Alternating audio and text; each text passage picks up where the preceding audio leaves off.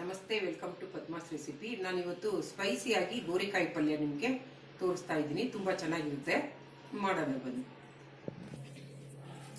ನಾನಿವಾಗ ಗೋರಿಕಾಯಿ ಪಲ್ಯಕ್ಕೆ ಏನೇನು ಬೇಕು ಅಂತ ಹೇಳಿದ್ರೆ, ಗೋರಿಕಾಯಿ ಈ ಸೈಜ್ ಕಟ್ ಮಾಡ್ಕೊಂಡು ನಾವು ತೊಳೆದ್ಬಿಟ್ಟು ಒಂದು ಕುದಿ ಬಿಸಿನೀರಲ್ಲಿ ಹಾಕಿ ತೆಗೆದು ಇಟ್ಕೋಬೇಕು.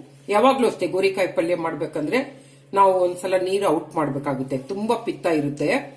ಹಾಗಾಗಿ ಅದಕ್ಕೋಸ್ಕರ ನಾನು ಇದು ಗೋರಿಕಾಯಿ ಪಲ್ಯನ ಈ ತರ ಮಾಡ್ತೀನಿ. ಅದಕ್ಕೆ ಬೇಕಾದ ಪದಾರ್ಥಗಳು: ಈರುಳ್ಳಿ ಸಣ್ಣ ಕಟ್ ಮಾಡ್ಕೊಂಡಿರೋದು, ಬೆಳ್ಳುಳ್ಳಿ ಇಟ್ಕೊಂಡಿದ್ದೀನಿ, ಇದು ನುಣ್ಣಗೆ ಜಜ್ಕೋಬೇಕಾಗುತ್ತೆ, ಅರ್ಶಿನದ ಪುಡಿ, ಧನಿಯಾ ಪುಡಿ, ಚಿಲ್ಲಿ ಪೌಡ್ರು, ಕರ್ಬೇವಿನ ಸೊಪ್ಪು, ತೆಂಗಿನ ತುರಿ, ಕೊತ್ತಂಬರಿ ಸೊಪ್ಪು, ಎಣ್ಣೆ, ಉಪ್ಪು.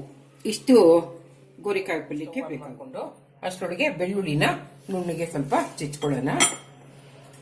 ಬೆಳ್ಳುಳ್ಳಿ ನೀವು ಎಷ್ಟು ಹಾಕ್ತಿರೋ ಅಷ್ಟು ಚೆನ್ನಾಗಿರುತ್ತೆ. ಇವಾಗ ಬಾಣಲಿ ಬಿಸಿ ಆಗಿದೆ, ಇದಕ್ಕೆ ಎಣ್ಣೆ ಹಾಕೊಳ್ಳೋಣ.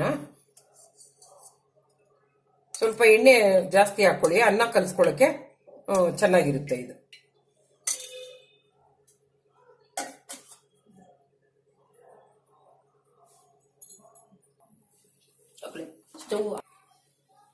ಫಸ್ಟ್ ನಾವು ಎಣ್ಣೆ ಕಾದಿದೆ ನೋಡಿ, ಬೆಳ್ಳುಳ್ಳಿ ಈ ತರ ನಾವು ಪೌಡರ್ ಮಾಡ್ಕೋಬೇಕು. ಫಸ್ಟ್ ಬೆಳ್ಳುಳ್ಳಿ ಹಾಕೋಬೇಕು.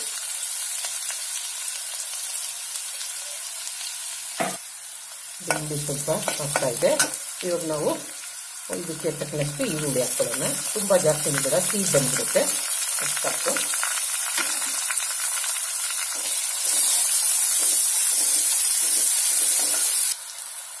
ಸ್ವಲ್ಪ ಕರ್ಬೇವಿನ ಸೊಪ್ಪು ಹಾಕೊಳ್ಳೋಣ.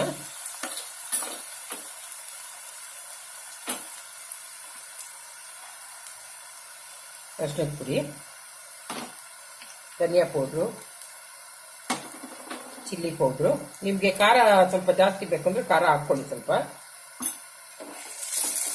ಇದು ತುಂಬಾ ಸಿಂಪಲ್ ಆಗಿ ಮಾಡಿಬಿಡ್ಬೋದು, ತುಂಬಾ ಚೆನ್ನಾಗಿರುತ್ತೆ.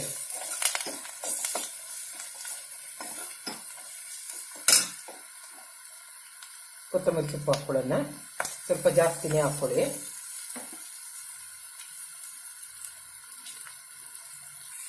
ಸ್ವಲ್ಪ ಉಪ್ಪು ಕೂಡ ಇದಕ್ಕೆ ಹಾಕೊಳ್ಳೋಣ, ಸಾಕಾಗುತ್ತೆ. ಕಾಯಿ ತುರಿ ಕೂಡ ಇವಾಗಲೇ ಹಾಕೊಂಡ್ಬಿಡ್ತೀನಿ ಇದಕ್ಕೆ.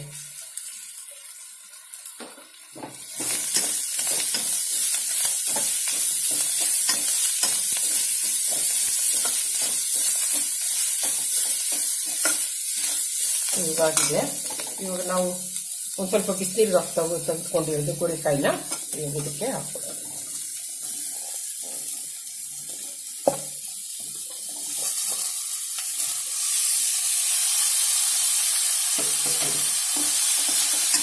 ಇದಕ್ಕೆ ನಾವು ಈಗ ಏನು ಹಾಕೋ ಕೆಲಸ ಇಲ್ಲ, ಚೆನ್ನಾಗಿ ತಿರುಗಿಸ್ಬಿಟ್ಟು ಒಂದು ಅರ್ಧ ಗ್ಲಾಸ್ ನೀರು ಹಾಕ್ಬಿಟ್ಟು ಸಿಮ್ಮಲ್ಲಿ ಮುಚ್ಚಿಟ್ಬಿಟ್ರೆ ಪಲ್ಯ ರೆಡಿ ಆಗ್ಬಿಡುತ್ತೆ. ಅನ್ನ ಎಲ್ಲ ಕಲ್ಸ್ಕೊಬೋದು, ಚಪಾತಿಗೂ ಎಲ್ಲ ಚೆನ್ನಾಗಿರುತ್ತೆ. ಇದು ದೋಸೆಗೇನು ಅಷ್ಟು ಸೂಟ್ ಆಗಲ್ಲ, ಇದು ಚಪಾತಿಗೆ ಚೆನ್ನಾಗಿರುತ್ತೆ, ರೊಟ್ಟಿಗೆ ಚೆನ್ನಾಗಿರುತ್ತೆ.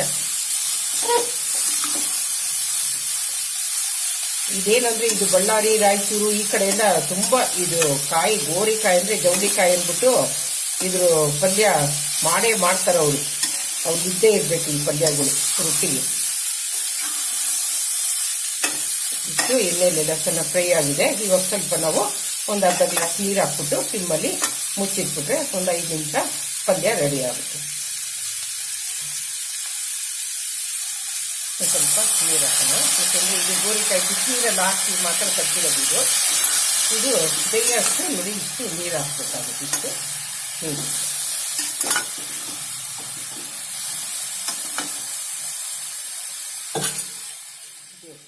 ಗೋರಿಕಾಯಿ ಪಲ್ಯ ಆಗಿದೆಯಾ ನೋಡೋಣ.